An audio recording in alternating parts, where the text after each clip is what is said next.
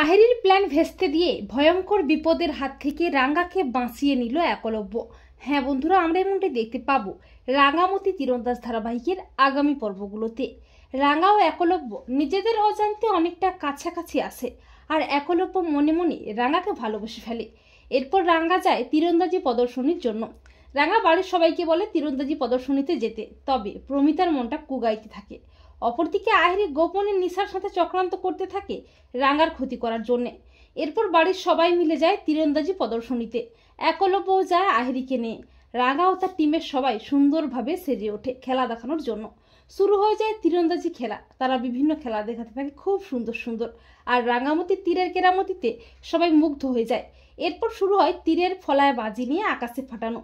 তীরের ফলায় বাজি নিয়ে রাঙ্গা খুব সুন্দরভাবে আকাশে বাজি ফাটাতে থাকে, কিন্তু আহেরির চক্রান্তে বাজিতে বোম লাগানো থাকে। হঠাৎই বোমটা ব্লাস্ট হয়ে যায়।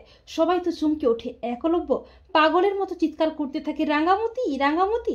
প্রমিতা হাউমাউ করে কাঁদতে থাকে। একলব্য অস্থির হয়ে বলে, আমার রাঙ্গামতির কিচ্ছু হবে না, রাঙ্গামতি আমি আসছি। এরপর একলব্য আগুনের মধ্যে ঝাঁপ দিয়ে যায় রাঙ্গাকে বাঁচাতে।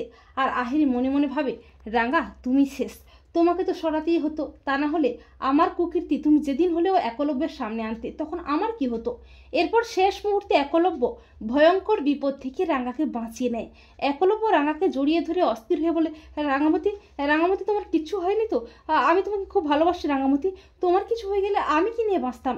রাঙ্গা বলে, তুই শান্ত হ উড়ানবাবু, মু ঠিক আছি, মোর কোনো ক্ষতিটা হয়নি, তবে মু বেশ বুঝতে পারছি কেউ প্ল্যানটা করে এসব করেছে। তখন আহেরি মনে মনে ভাবে, এত চেষ্টা করেও কোনো লাভ হলো না, সেই বেঁচে গেল রাঙ্গা। রাঙ্গা বলে, উড়ানবাবু তবে তুই চিন্তা করিস না, আমি ঠিক খুঁজে বার করবই এসবের পিছনে কার হাত আছে।